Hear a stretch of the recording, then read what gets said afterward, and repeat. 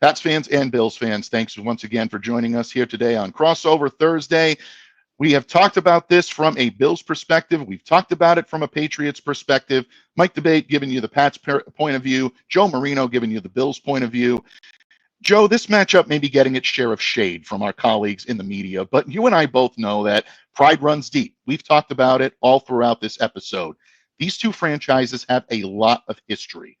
That pride is going to be felt on both sides of the field on Sunday when that buzzer sounds. Automatically, those competitive juices take over. So the Patriots and the Bills have proven that they can put on a pretty good show. They did that a couple of weeks ago. In that vein, my friend, if the Bills are to come into New England to defeat the Patriots, what are Buffalo's keys to victory? Well, Mike, I'm going to go a little different direction on this because I do buy into this being an inconsequential game for the Bills. I think they'll go out there and try to win the game. There's no question about that, but there's no real need to get overly emotional or overly concerned about what actually happens in this game. So my three keys for the Bills in this game, number one is stay healthy. Even though you're going to be playing a lot of reserves, it's still an exposure to injury. And obviously the Bills is the number 2 seed in the AFC. They want to go on a deep postseason run, and their best chance to do that is going to be with their players being healthy. So get through this game healthy first and foremost.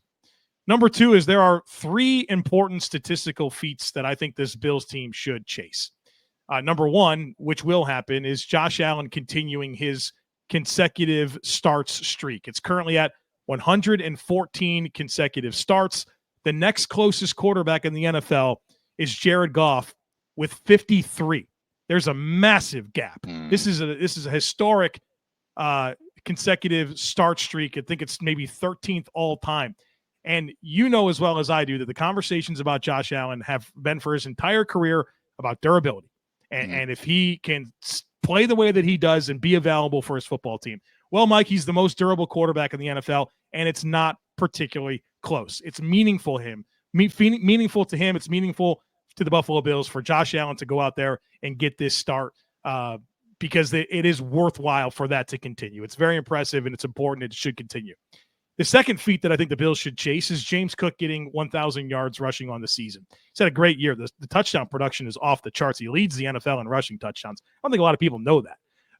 But he's 19 yards away from 1,000 yards. And he's the lead back for the Bills, but he's only like a 50% of the snaps player. It's not like Saquon Barkley plays 80% of the snaps.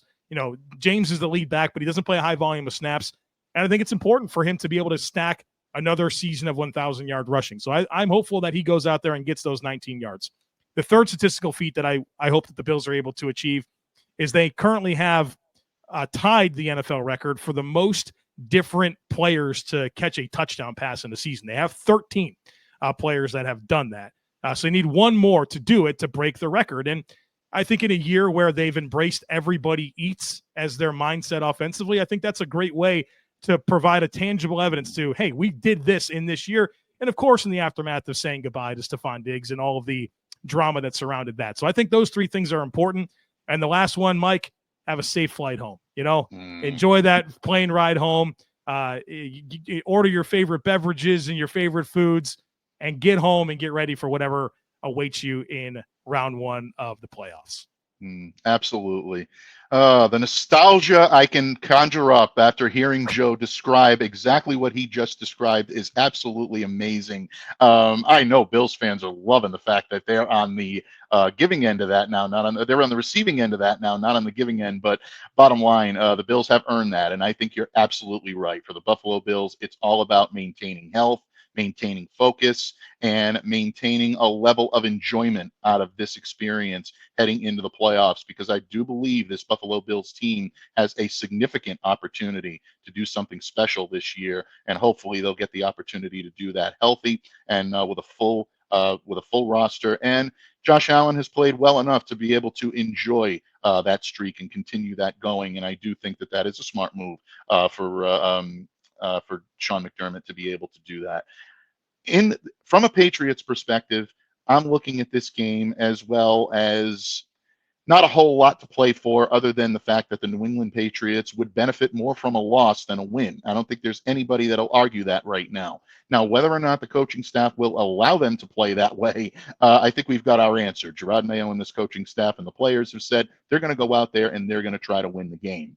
I've gone on record by saying that even their best effort might not be enough to beat the Bills this time around. I'm going to stand by that, but I will say, from a Patriots perspective, if you're looking for on-field growth, folks, the one thing that you should be looking at in terms of the Patriots potentially being able to pull off a victory, meaning keeping this close or at least competitive, is to try to establish your presence on both sides of the line of scrimmage. Joe, this has been a problem for the Patriots all season long. I think if they can try to hang with the Buffalo Bills in this regard and put together a good effort, it's going to give Patriots fans, it's going to give this locker room an opportunity to build on something and say, hey, we went toe-to-toe with one of the best teams in the league twice now, and we proved that we can hang. All we need is the proper pieces in place, maybe some coaching adjustments that'll allow them to be able to play to their strengths, and they could be taking off. So that's something that I would look for. Patriots are definitely going to want to try to wrap up the run, which means probably going after Ray Davis a little bit.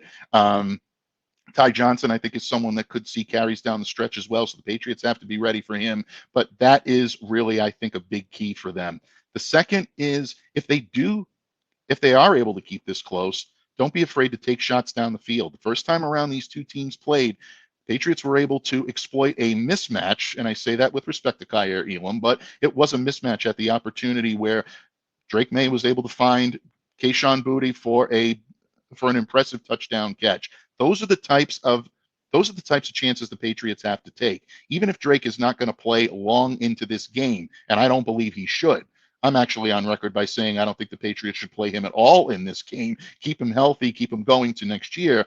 But right now, if you do see the opportunity to take advantage of a potential mismatch, don't miss it. Take it, because it will allow you to have some confidence heading into next year. And the biggest thing I'm looking at for the New England Patriots from this game, Joe, protect the football. This team has turned the football over in key situations far too often. Ramondre Stevenson still is coming into this game with 7 fumbles. You need to shore that up if you're the lead back again next year. Give the ball to Antonio Gibson. Allow this team to be able to hold on to it and stop committing egregious penalties when they're absolutely unneeded, especially when they kill drives late in the game. So if the Patriots do all 3 of those, I think they come away with a moral victory regardless, whether the score supports it or not. That, to me, is what I'm looking for the New England Patriots. But this has been a blast, my friend. We always get a chance to cross the streams twice per year. Can't ask for more than your professionalism. Your friendship always means a great deal to me. Sincerely hoping that both teams just get through this game healthy and that, begrudgingly, Patriots Nation, I think, wishes the Buffalo Bills all the best in the playoffs because there's a team out in Kansas City that has a little bit more ire and has a little bit more of the ire of Patriots fans right now. So whether Bills fans want the support or not, you may be getting it from a majority of Patriots Nation this year. That's interesting. I've not considered that angle. Obviously, the Bills have their own problem with the Kansas City Chiefs. They'd like to get past them, but also the Bills have the record for most consecutive Super Bowl appearances with 4.